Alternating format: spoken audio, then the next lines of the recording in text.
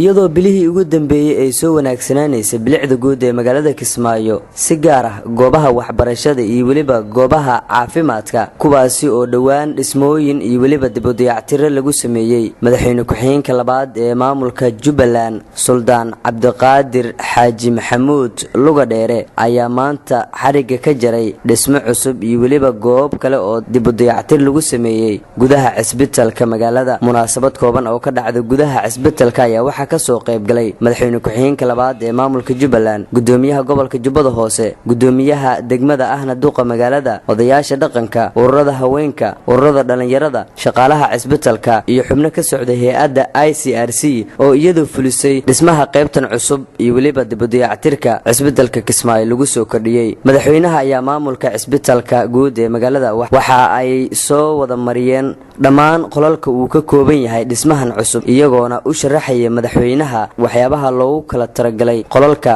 dhawaan dhismaha cusub lagu sameeyay ugu horeyn waxa goobta ka hadlay agaasimaha guud ee cisbitaalka magaalada kaas oo goobta ka sheegay in baahi weyn loo qabay dhismaha qaybtan cusub ee hirgelisay hay'adda ICRC waa qaybtii ugu qadiimisaneyd cisbitaalka Kismaayo waxa la dhisay 1931 dawladda Talyaaniga dhistay waa meeshii uu ka bilowday isbitaalka guud ee magaalada Kismaayo isbitaalka waqtiga dheer dhisnaa intii ka dambeysay burburkii dawladda Soomaaliya wax dayactir amuuna helin dhibaatadii wadanka ku dhacday isna way saameysay aad buu u burburay maxaan ku dhahdaaye wuxuu noqday meel aan lagu shaqeyn karin dibeetana waxa sidan u qurxiyay oo maxaan ku dhahday cusayb ka soo saaray oo dib u soo nooleeyay hay'adda ICRC gudoomiyaha gobolka Jubbada Hoose Cabdirashiid Gooni ayaa isna munaasabada ka hadlay waxa uu sheegay in aad loogu baahnaa dhismahan cusub oo ay hay'adda hirgelisay isla markaana uu furan yahay cisbitaalka dhammaan dadka shacabka ahi waxaan leeyahay thanks for waxaan ku mahadcelinayaa amaanaya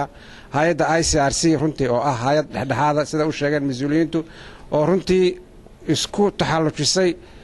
ku hawlgashay sidii ay u noolaan lahayd isbitaalka una noolaan lahayd ummadda Soomaaliyeed gaar ahaan ummadda reer Jubbaland waxaan kale u mahadcelinayaa shaqaalaha isbitaalka Kismaayo oo runtii ku hawlan xilli adag oo aan qof nasiib leh ama qof kartida uu ka bixi karo mooyaan aan ka bixi karin u soo jeeda sida ummadda wax ugu qaban lahayd aan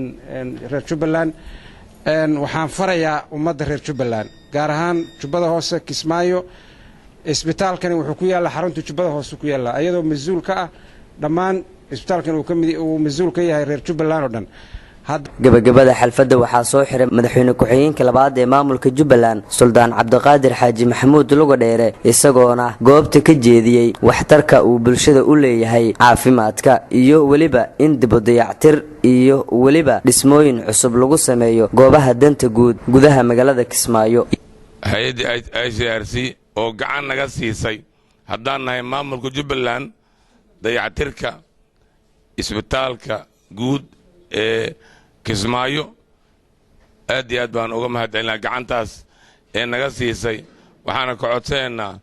in gacantooda dhexdhexaadka ah oo aan siyaasadda ku xirnayn inay sii wadaan oo bulshada ay wax ugu qabanayaan ICRC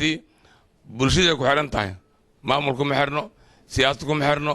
deegaan gaar kuma xirno qaanuunkeeda waa naqaanaa bulshada community ku xiran tahay qaybaha kale isbitaalka in ayana